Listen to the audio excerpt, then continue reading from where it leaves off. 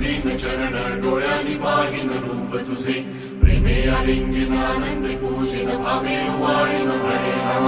त्वमेव माताच पिता त्वमेव त्वमेव बंधुश्च सखा त्वमेव त्वमेव विद्या द्रव्यं त्वमेव त्वमेव सर्वं मम देवदेव कायेन वाचा मनसेन्द्रियेण वा बुद्ध्यात्मना वा प्रकृति स्वभावं करोमि यत् सकलं परस्मै नारायणाय